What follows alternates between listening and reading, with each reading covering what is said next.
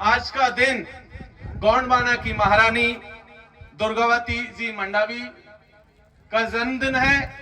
आज के ही दिन हम लोग राणा पुंजा भील का जन्मदिन भी मना रहे हैं। इसलिए ये दिन हमारे लिए बहुत महत्वपूर्ण है कि जो कुर्बानियां उन्होंने दी थी और जो लड़ाइयां उन्होंने लड़ी, वो लड़ाई दरअसल हम आज भी लड़ रहे हैं। वो लड़ाई थी अपने जमीन को बचाने की, वो लड़ाई थी हमारे इन पहाड़ों को बचाने की, वो लड़ाई थी इस जंगल को बचाने की।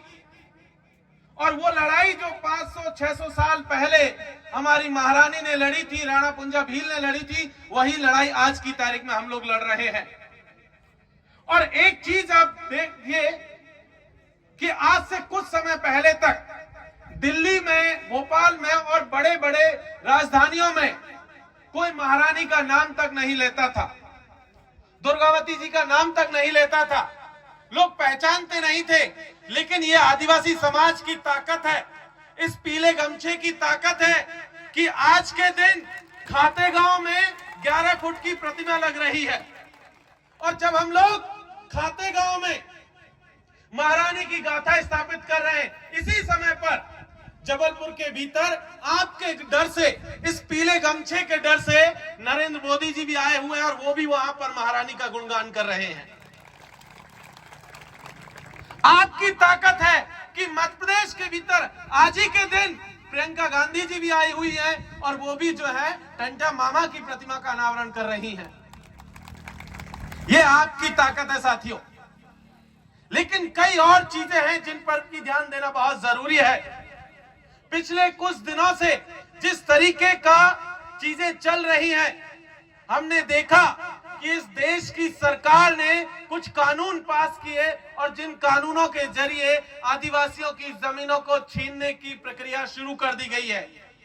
इसी साल इस देश की सरकार ने कहा कि हम वन संशोधन अधिनियम लेकर के आएंगे और उसके जरिए कहा गया कि आपके इलाकों से ये जो बड़ी बड़ी सड़कें निकल रही हैं, बड़े बड़े हाईवे निकल रहे हैं, इन हाईवों के आसपास की जो जमीनें हैं, वो जमीनें अब आदिवासियों से छीन करके बड़े बड़े पूंजीपतियों को दे दी जाएंगी।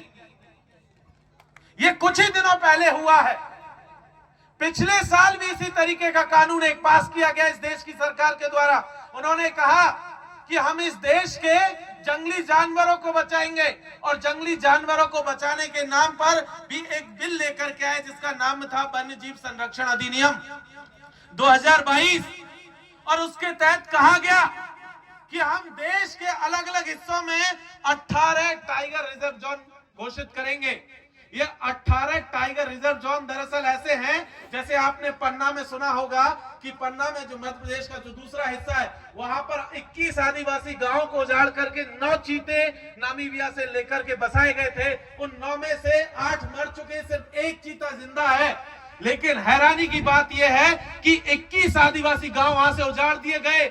अब 18 नए और जोन बनाए गए हैं। अब पूरा का पूरा गणित लगा लीजिए, सैकड़ों की तादाद में आदिवासी गांवों को उजाड़ने की तैयारी इस देश की सरकार की तरफ से की जा रही है।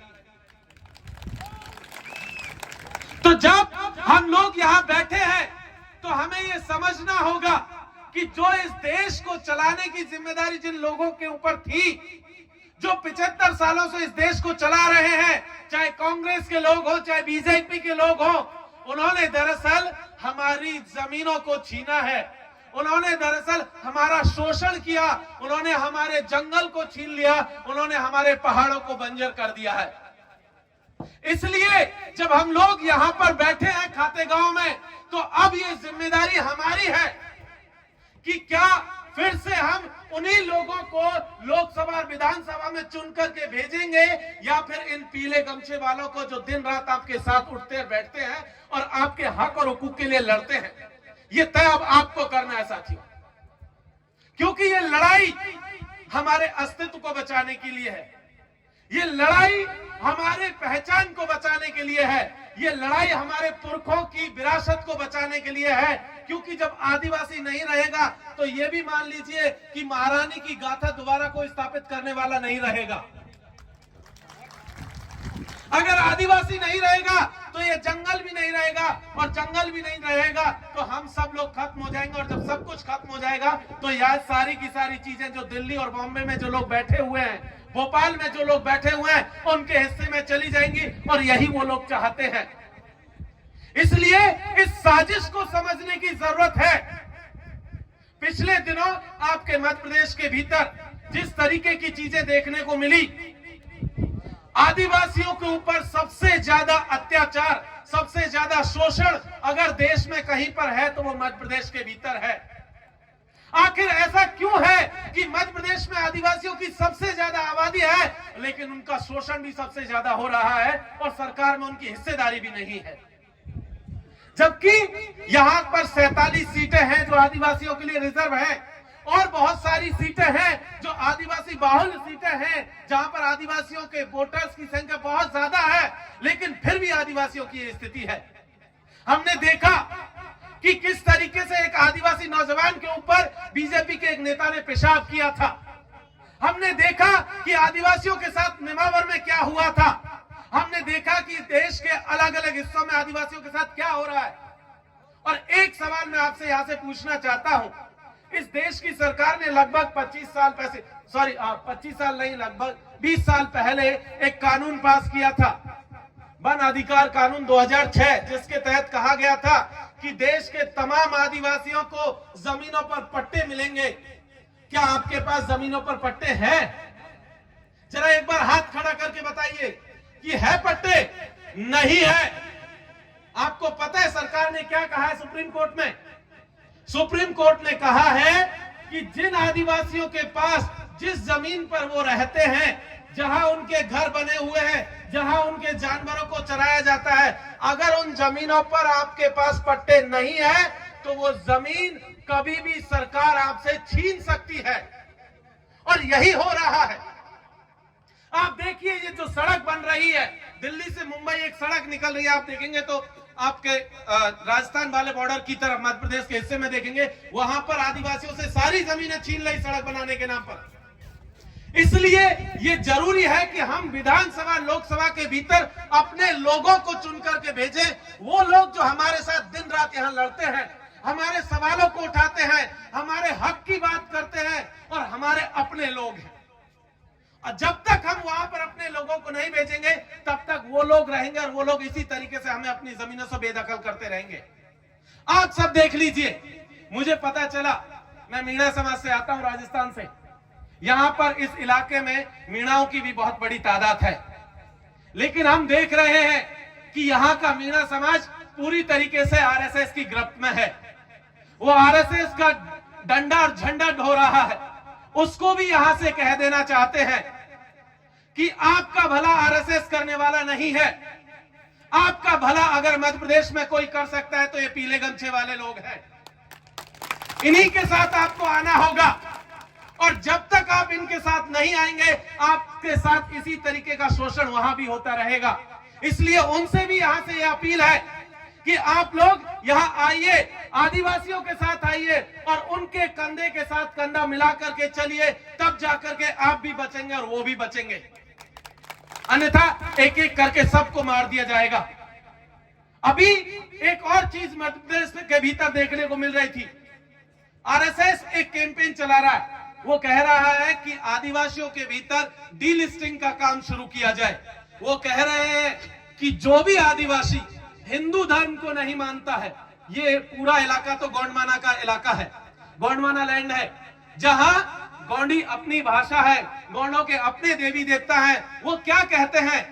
आरएसएस के लोग कह रहे हैं कि जो भी हिंदू धर्म को नहीं मानता है उसका आरक्षण छीन लिया जाए, उसे डीलिस्टिंग कर दिया जाए, उसे अनुसूचित जनजाति की कैटेगरी से बाहर कर दिया जाए। क्या आप ये चाहते हैं? आदिवासी इस धरती पर इन धर्मों के पहले से रह रहा है। जब हिंदू धर्म का किसी को पता भी नहीं था, तब से यहाँ पर गोंडवाना में गौंड लोग रह रहे थे, तब से यहाँ पर लोग रह रहे थे। तो जो लोग यहाँ पर डीलिस्टिंग की बात लेकर के आ रहे हैं, उनको भी यहाँ चेता देना चाहते हैं कि आपका ये आदिवासियों को बांटने का खेल बिल्कुल भी नहीं चलेगा।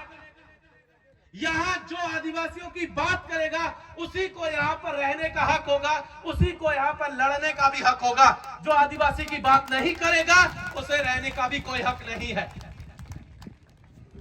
क्योंकि ये कह देना बहुत जरूरी है कि हम आदिवासी इस देश के मूल निवासी हैं। जो लोग हमारी जमीनों को छीन रहे हैं उनको भी कह देना चाहते हैं कि जो जमीन पर हमारा पट्टा है वो तो जमीन हमारी है ही है, और जो जमीन पर हमारा पट्टा नहीं है सरकार के खाते में, वो भी जमीन हमारी है। तो जो जमीन सरकारी है वो जमीन हमारी है। ये बात यहां से कह देना चाहते हैं साथियों। एक और बात, हम देख रहे हैं कि आदिवासियों के बीच में बहुत सारे लोग फूट डालने का काम कर रहे हैं। कुछ कहते हैं कि ये तो गौंड है, कुछ कहते हैं कि ये भील है, कुछ कहते हैं कि ये भिलाला है। सब अलग अलग में बांट देने की कोशिश चल रही है। इस साजिश को भी समझना साथियों, हम सब एक हैं, हम इसी देश के बाशिंदे हैं, हमारे बीच में कोई फर्क नहीं है।